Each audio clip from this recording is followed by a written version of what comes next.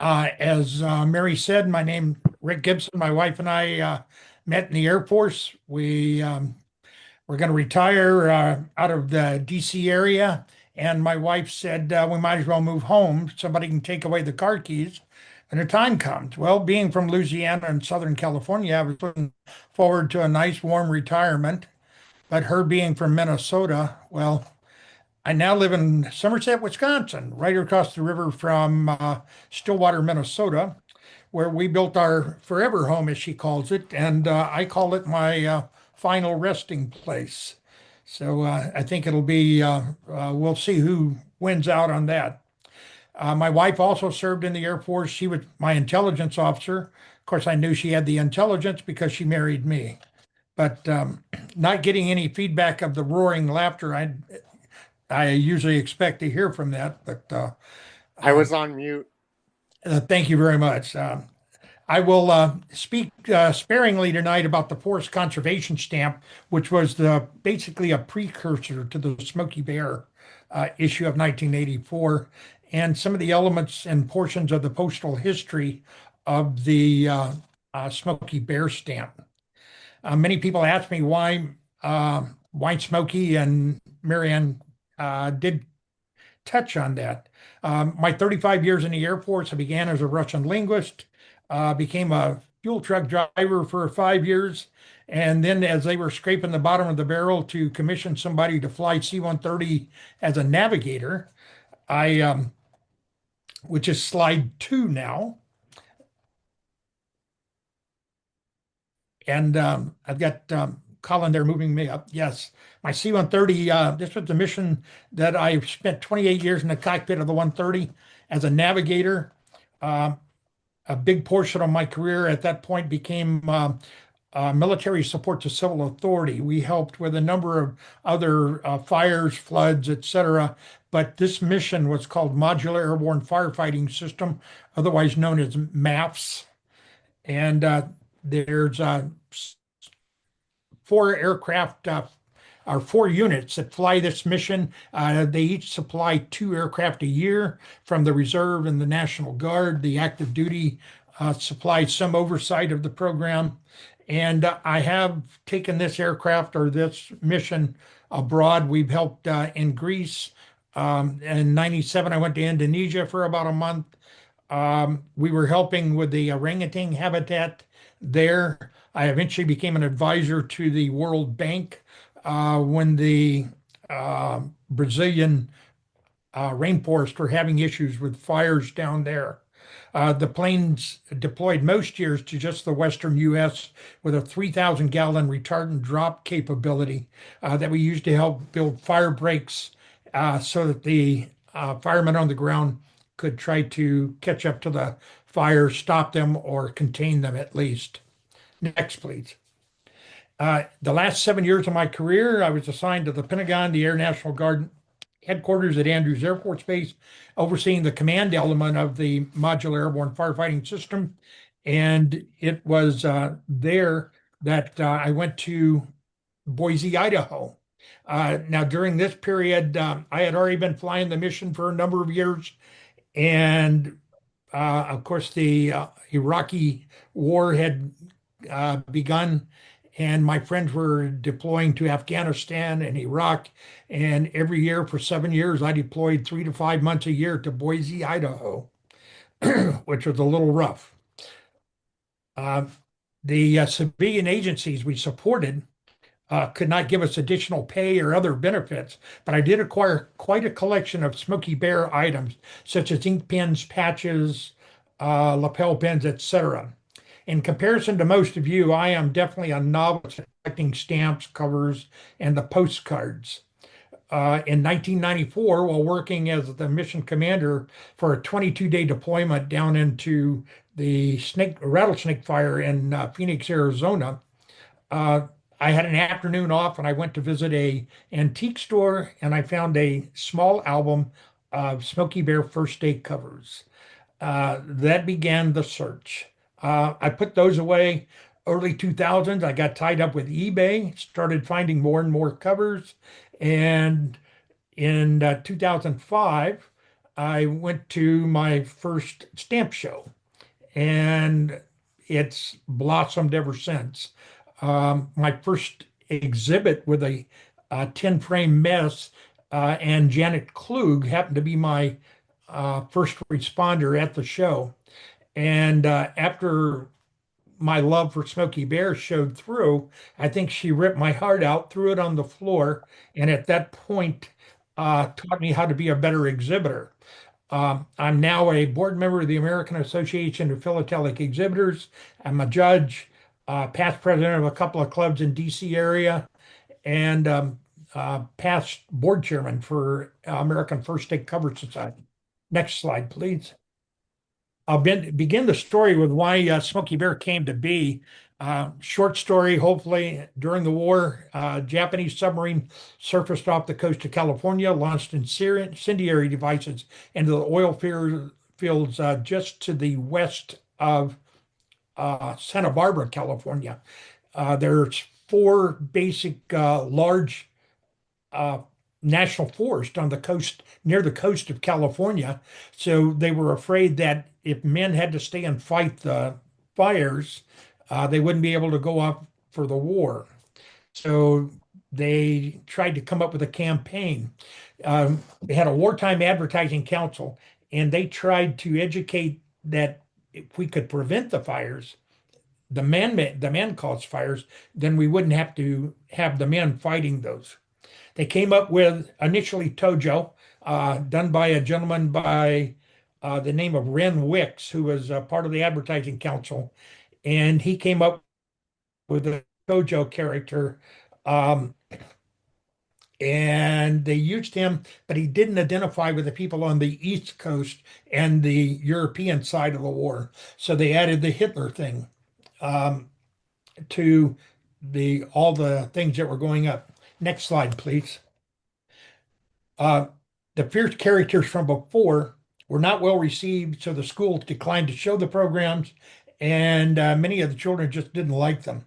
So in 1942, Walt Disney had a very successful movie called Bambi. And as you can see here, while teaching the children about Bambi, he was much more receptive to the younger children.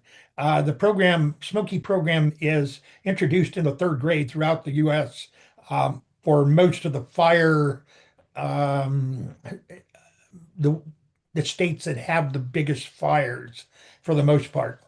Bambi and his friends were loaned by Disney for a year. After that year, negotiations began. Disney wanted more money.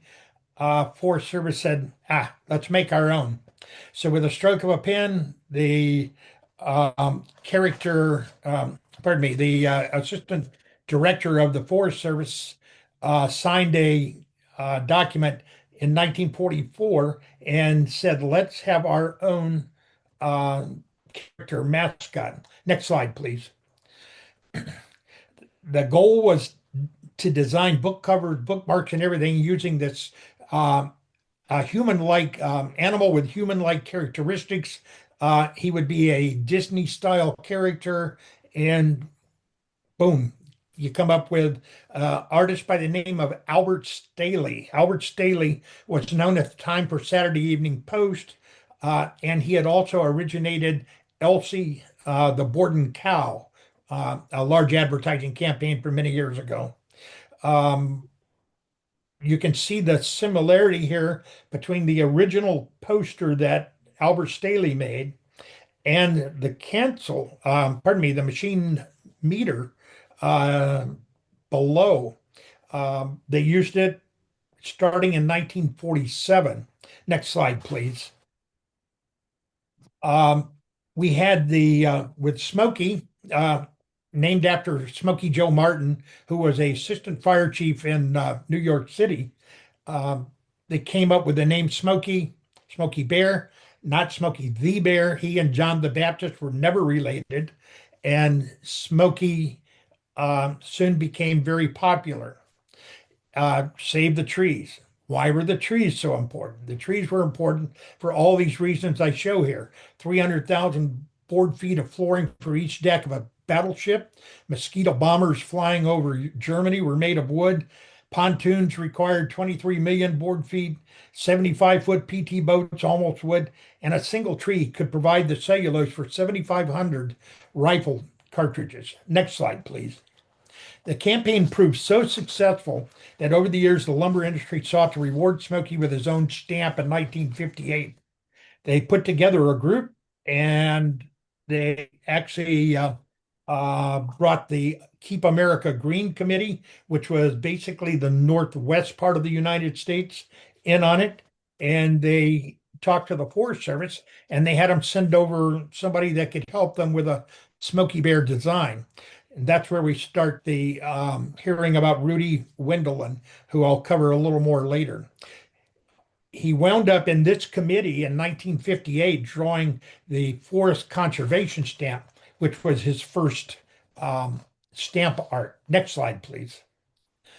Um, Here you see Rudy is able to keep Smokey somewhat in the program by the cancel that's on there. That is the one of two dies that he used for the Smokey Bear cancel. And he was very prolific about signing a lot of his artwork. But if you had a cover, he was happy to sign it. This is one of the few that actually puts him down as Smokey's um, what they call it, personal artist. He did draw Smokey Bear for 43 years, and you can see that he evolved the Smokey head a little bit more than what the original Albert Staley design was. The forest conservation issue was not the end of what they did to push a Smokey stamp. Next slide, please. These are the other five stamps, along with the Smokey Bear. You'll see the Forest Conservation, the Range Conservation, the John Wesley Powell, and the John Muir stamps were all designed by Smokey, by Rudy. But in the middle there is the Fifth World Forestry Congress stamp, which was co-designed by Rudy Wendelin. So there's a lot of his works out there that we're somewhat familiar with. Next slide, please. In 2019, Smokey had a 75th anniversary from his beginning in 1944, and they came up with um, um, the painting. This is the original artwork, which is at the Smithsonian National Postal Museum, of the artwork that Rudy did for the stamp. They have this very well protected. I wanted to do this talk at a museum in Frederick, Maryland, where I was living. Dan Piazza arranged for me to get the painting delivered. They brought it in an armored truck. It had two guards, and they were there the entire time watching it very closely. And I never realized that Smokey was that well protected. Next slide, please. In 1982, this was they took a picture of that stamp and or that painting, and they made this stamp, which is very close to what eventually came out as the stamp. This was in 1982. The stamp was not issued till 1984, but I own this and I had it expertized, and it is only known essay of the Smokey Bear issue, and specifically in the public arena. But as Dan Piazza told me, they have nothing else at the museum along this line. Postal history here as I started working on my stamp and learning more and more about it. Next slide, please. The Bureau of Printing and Engraving used a combination of offset and intaglio presses. They had gone through A, B, and C, and they were on the D press when they started doing printing Smokey Bear stamps. So the D press was a 3-color intaglio and 6-color offset press made by a German company, Goebel, at a cost of $3.25 million. If you notice on here, the registration could never quite get to where they wanted it.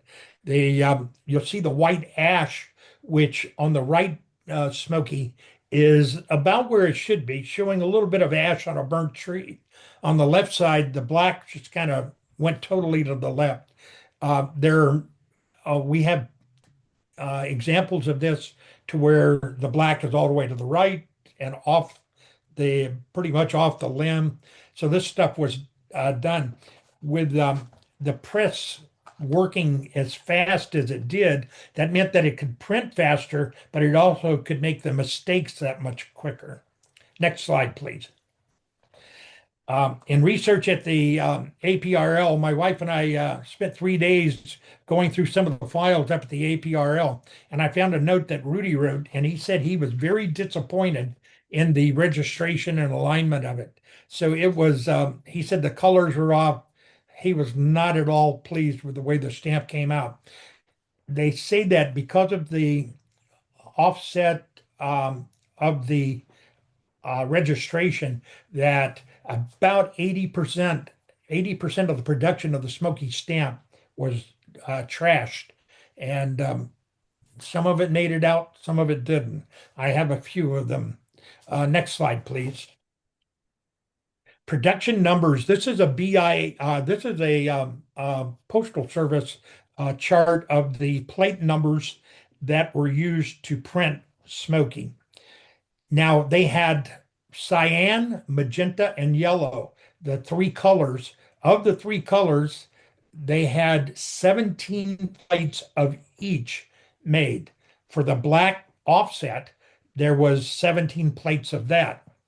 They apparently cracked one because the numbers that I have out of Derland's original standard plate number catalog indicate that you see the plate numbers on there. Those plate numbers are for each of the 17 individual plates. When they put those together, plate one of cyan, plate one of magenta, and plate one of yellow, and plate one of black became the plate number that you see printed on the sheet of stamps. So the first plate or the first plate number was 1111. The very last plate number that they produced was 17, 17, 17, 17. They went through all the plates when they were trying this new press and printing them. So I call them the pseudo plate numbers, which are printed on the production sheets, are not indicative of what the actual plate numbers that were tracked by the Postal Service. So next slide, please. You can see here I've got the 1121. The yellow is so light that it's hard to see there. And then I've got the 17, 17, 17. There are 29 recorded plate numbers for this issue, but there are 116 examples that they tracked that show each corner of the plate. Next slide, please. Going from the web-fed press, the sheet was fed into the perforation machine. And you see, it wasn't a smooth transition. Here we have the vertical, that is the most popular error that we find with this. And it was just different examples that I have here. Next slide. This is a vertical perforation that is offset. Next slide. This is a block, and there were 10 of these, and 6 of them are still known to exist. The first 4 were used by an elderly couple who actually used them to mail with. I've never found or heard of anybody having any of those, but this is the imperf horizontal and vertical, and it's perfed all around. So figure out how far did that press get off, or when it fed the sheets into the perfing machine. I John Hotchner wrote an article many years ago explaining how this could have happened. Next slide, please. Um, so getting into basically a little more of tonight's information, postal history, often considered the study of humanity, as it tells the story of social and historical events through communication. I noticed that there's another slide program on the website for Milkopex that talks about the rates and markings and routes that people study and collect and break them up by. And that's what I'm going to show is just a very few examples, but we'll show them mostly my first day covers, which is pretty much my area of expertise, if you want to call that, for the Smoky stamp. Uh, Covers postal stationery, historical documents, the postal markings, and the rates and routes are all going to be shown on some of these covers that follow up. Next slide, please. This is let me find catch up with my plate here, my script. Okay, this cover was drawn by our beloved Dorothy Knapp. Notice it's addressed to her. Her husband was a stamp salesman or stamp dealer, and Dorothy was a school teacher, and she taught art. She lived in Rhinebeck, New York. I've got two or three different addresses that her stuff has gone to, but she did most of that back in the 50s and 60s. And she quit doing it because of age, etc., in the early 60s. But when she found out how much her stuff was selling for, she wanted to leave a legacy for her son Wally. And so she started doing individual covers. And I lucked out in 1984 that she did one in 1984 for the Smoky issue. Dorothy died in 1986. There's a book by Doug Weiss that covers basically all of her hand-drawn, hand-painted covers. Excuse me, and some of them are just uh, absolutely gorgeous. Next slide, please. Um, First day covers are hard to explain to some people because, for the most part, these some of the more colorful, painted, hand drawn, etc., covers are done after the stamp is on the cover, it's canceled, etc. Because putting artwork like this on a stamp, sending it off to the post office, and if they mess it up, you've messed up a lot of art, and that was not a good thing.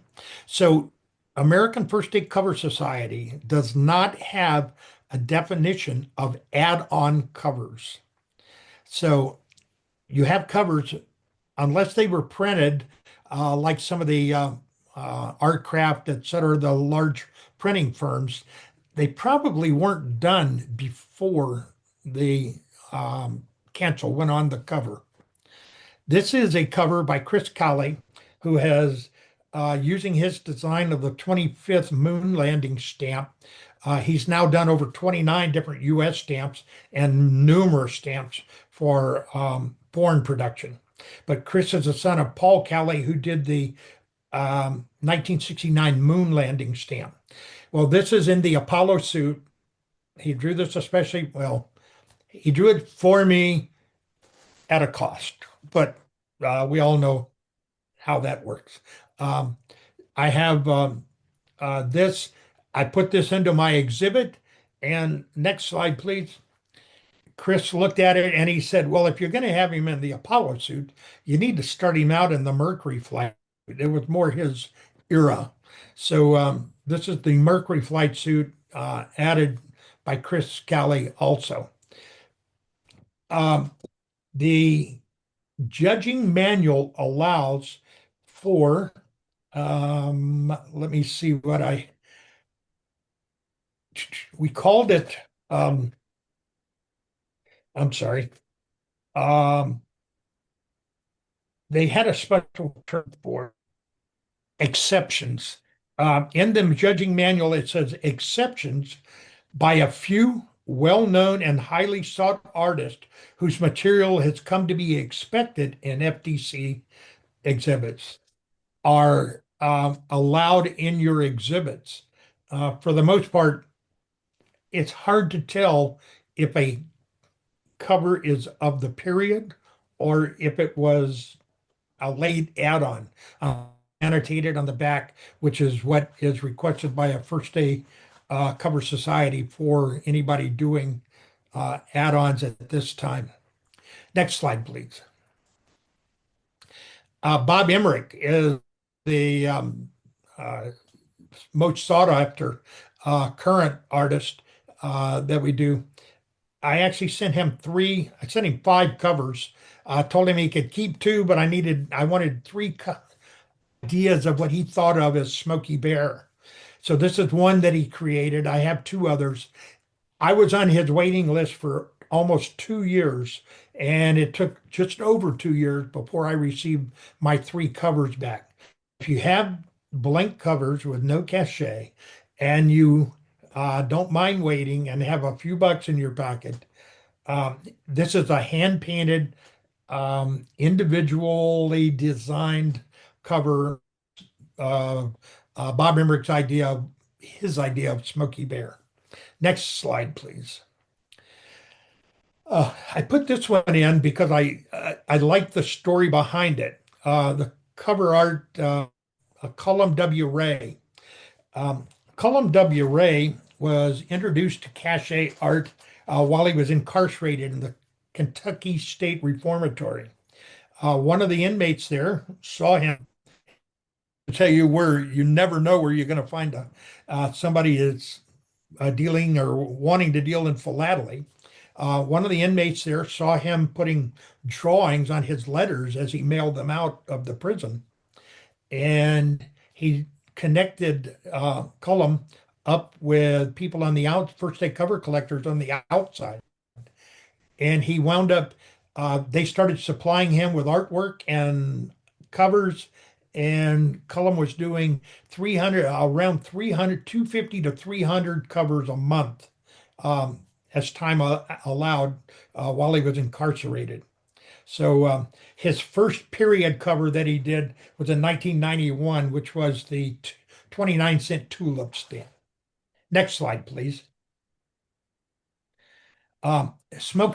Smoky meter postage. I have over 40 states of cancels that are used occasionally. Uh, they change very little, but Smoky Bear of the very late design by Rudy Wendelin. This is a original, the Albert Staley one I talked about earlier. That was the first one I had seen, issued in 1948, and Staley did the drawing in 1947. The phrase "prevent forest fires" goes back to the earliest reference I can find to that on a cancel is 1917. Um, I had a 1919 cover in my exhibit. I took that out just recently, and I'm going to put the 17 one in place of it, but to show that that phrase has been around a lot longer. Next slide, please. There are, besides the first day covers, there's so many other avenues that I know most of you are aware of. This is a COD cover, and finding the envelope with the tag and everything stamped accordingly. It's all why it was not, it looks like it was maybe taped onto a box or something. So I can't quite figure out why they never tore the tag off and sent it back. But this is a pretty much a complete postal history story in and of itself, right here with a COD, um, which it stands for collect on delivery. Um, and I had always heard it as cash on delivery. So I had to find the real meaning of COD. Next slide, please. This is one of, I've never seen, besides these two, I have never seen um, had never seen another one till recently. I saw one more recorded delivery, but maybe more of you know more about it. It was a service that was approved in 1989. It didn't go into effect until January 1st, 1991, but they haven't discontinued it unless they did recently with the 1980 with the 2026 revision to the postal regulations. But they just kind of forgot about this one because it was used, people were using international registered mail and tracked mail as a favored option. So finding recorded delivery was, I think, quite a find. Next slide, please. Underpaid. Um, Many of you are aware auxiliary markings, another part of our studies of postal history. I have seen them found in supposed empty mailbox. I've got the um, crash covers, or which was it's not where the machine crashed that was canceling them, ripped it apart, and they put it into a little plastic bag, which they call the ambulance cover. And I have those, but this one I had never seen. Rare, underpaid auxiliary marking from the Australian Post. Apparently, someone put the Smoky. Don't know that this was uh, philatelically contrived or not, suspecting, but they put the Smoky stamps in um, Australia, mailed it off, and a clerk, of course, noticed that it didn't have the Australian stamps on it. He allowed it to go through to get to where it was going, but he had to put in this $1.20 that they owed the Australian Post, which they were going to collect from the recipient so that they could pay for the Australian uh, mail that they used to get it to where wherever it was going. Next slide, please. This is kind of the end of my presentation. I'm going to hang around for questions, and I'll have my email available if Colin or I, you want to ask, we can get it. This is a remark. The addition to this cover was by Quadricolor Cachets, and I have a whole bunch of them, uh, but I only have a series of 8 that Rudy did with the pen and ink drawings he put on there, otherwise known as the remark. Rudy signed this one. He put a self-portrait on it, and he reminds everyone to be careful in the woods. Next slide, please. Thank you for letting me be here tonight to talk to you. I'm available to questions if Colin can arrange that, and want to remind you that only you can prevent wildfires. Thank you. So Rick, we I've closed out the slides. So basically, if anybody has any questions or comments for Rick, if you unmute yourself and go ahead with the question. I will just add one thing, Rick. Dorothy Knapp, she actually lived first in Kingston, New York, on the west bank of the river, and then eventually she moved to the east bank. Kingston is about 8 miles from where we live, so it's Oh, close to home. well, I've seen 3 addresses in Rhinebeck where she apparently moved around. You know how those stamp dealers are. He probably didn't make a lot of money, so I don't know. They all Well, tell me they need my money, so. some of them make money. Let's leave it let's leave it like that. So, Okay. questions, comments for Rick?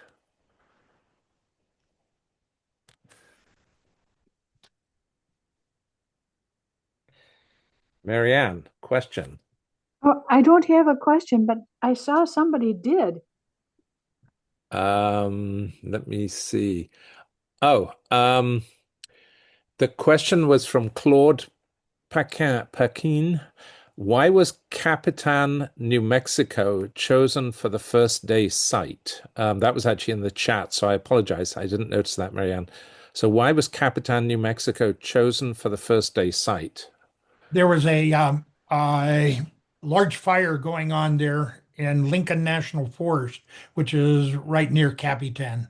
And at the end of the fire, they found this orphaned bear clinging to the burnt branch, which is what Rudy tried to depict in his stamp and picture there.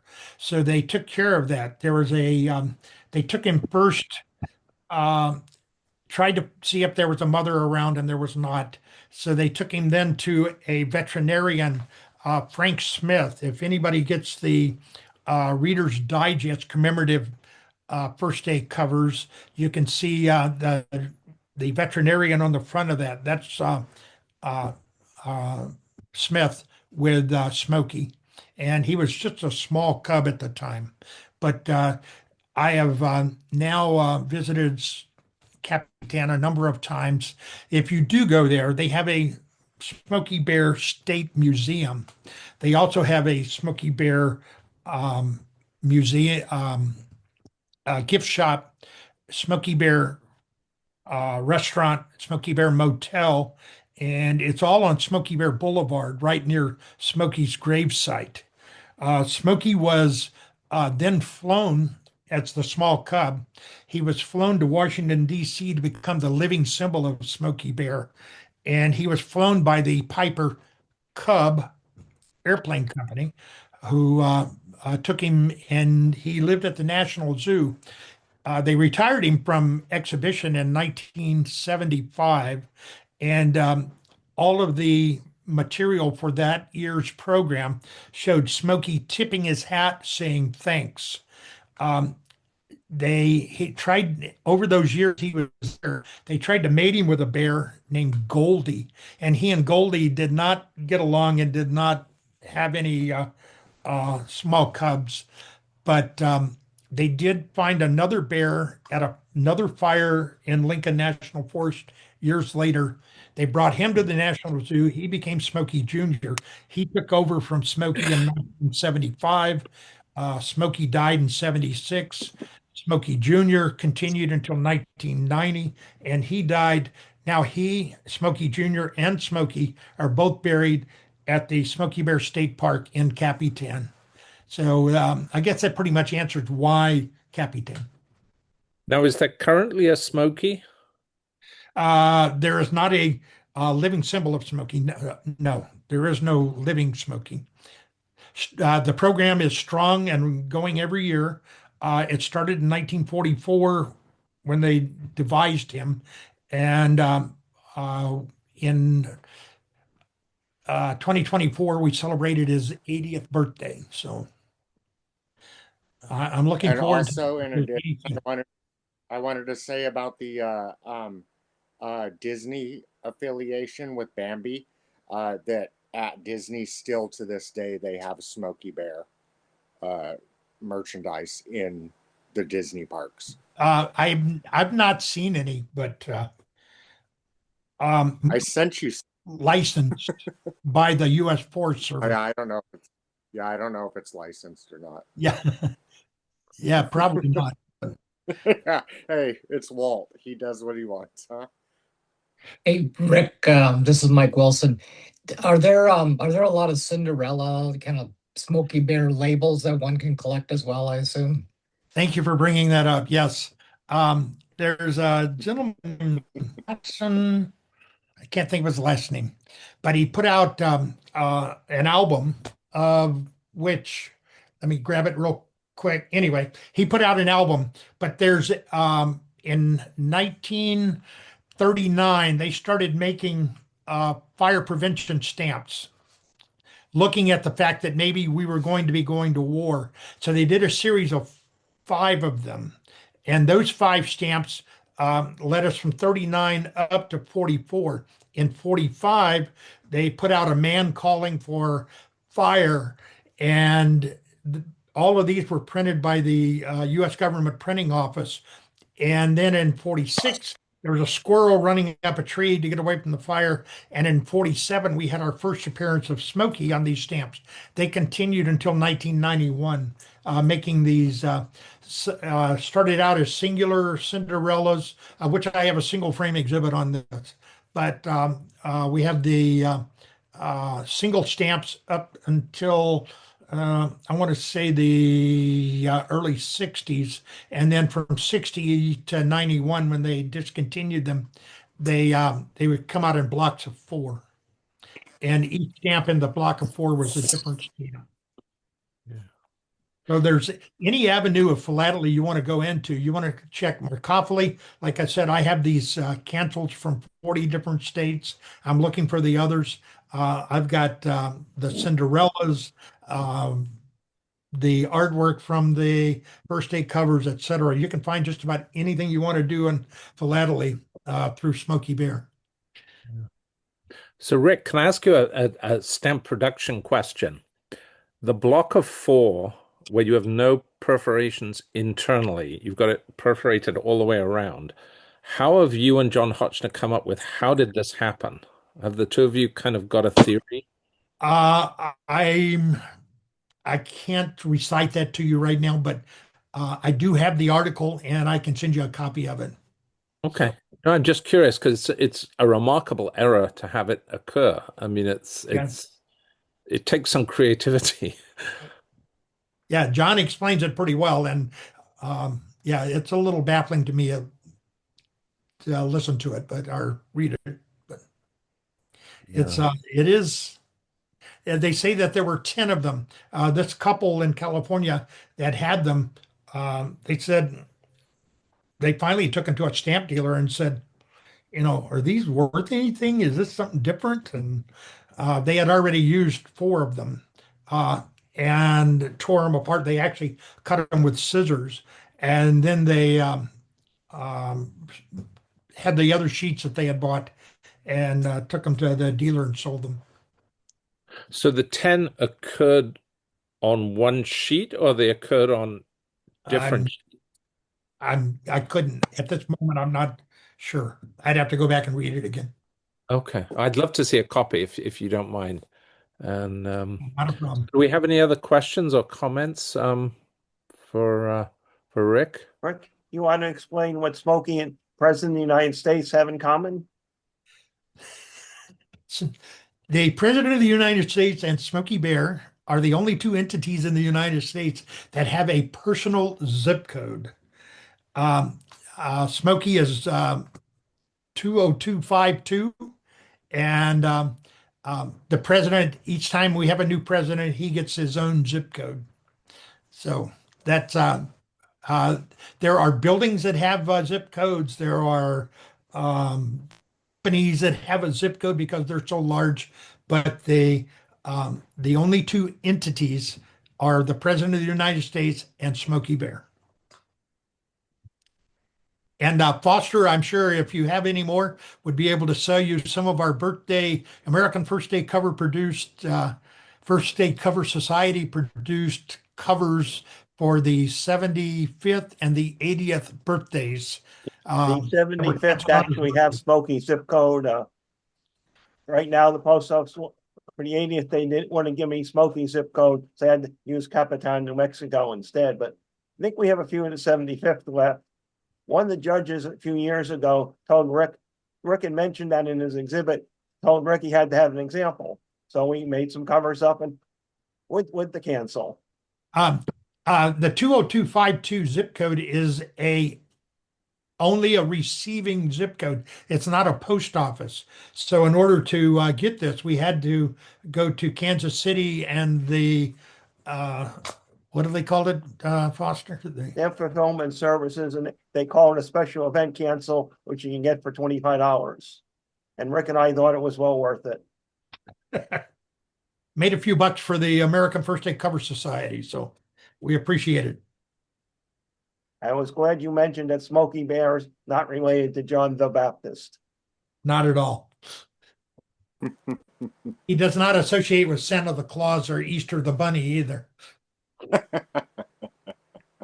So, Rick, are you going to tell us about the T-shirt? This is one of about 100 I have.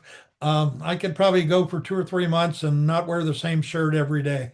When I was working a fire, what was funny is back when we worked the big fires, we didn't call it a large fire unless you could fight the fire, design the t-shirt, have the t-shirts produced, and then deliver them to the firemen that were there at the fire. And then it was a large fire if you were there that long. So all your t-shirts are different, or they're just All different colors? different. Or... Hmm? All different. Interesting. Rick probably has 1,000 or more pieces of Smokey memorabilia. When he was in Frederick, his basement was the Smokey Bear Museum. I was fortunate to see it a few times, and hopefully at some point in I was Wisconsin, you'll put it together. I was fortunate to see it also in Frederick. So I have electric trains, pocket knives, cigarette lighters, ashtrays, baseballs, hats, glasses, you name it. Everything's got Smokey. It's called an obsession. Yes. It's just sorry, go ahead. I keep getting told that I need to branch out my, and so I've gone from my original Smokey Bear to the Forest Conservation to the Forest Fifth World Forestry Congress stamp, which I'm working on the exhibit now. I've got a single frame Cinderella, so I just keep finding another niche I can put out there. And your wife probably tells you need a hobby. Well, she called it bear crap, but that's okay. Was that craft or crap? Crap, crap. Okay. Well, final comments, questions. I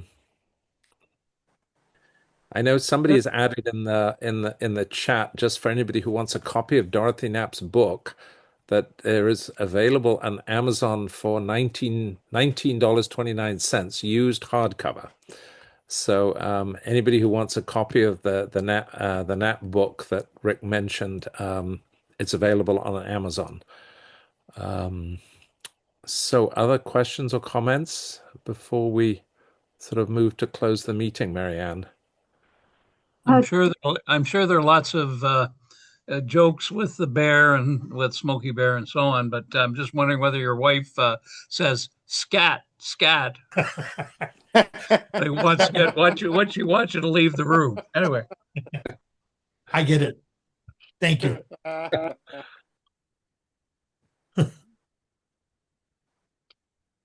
So, Marianne, did you want to say something, or you want me to say Well, something? a very special thank you, Rick. I enjoyed your presentation, and I particularly found the covers by Chris Kelly to be of interest. I had never thought of Smokey in quite that way.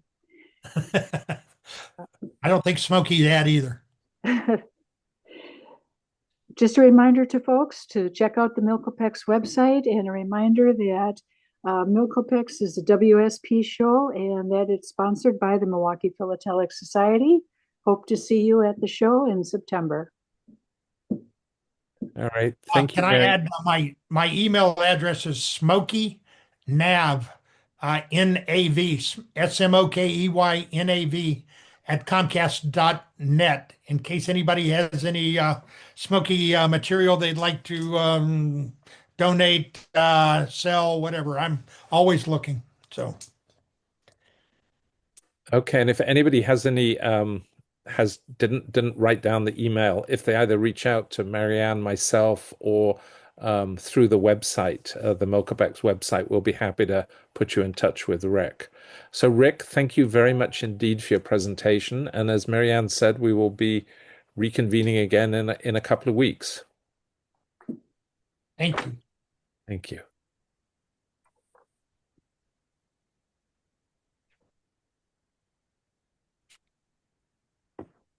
Thanks, Rick, and good night, everyone. Thanks, Marianne. Good night. Good night.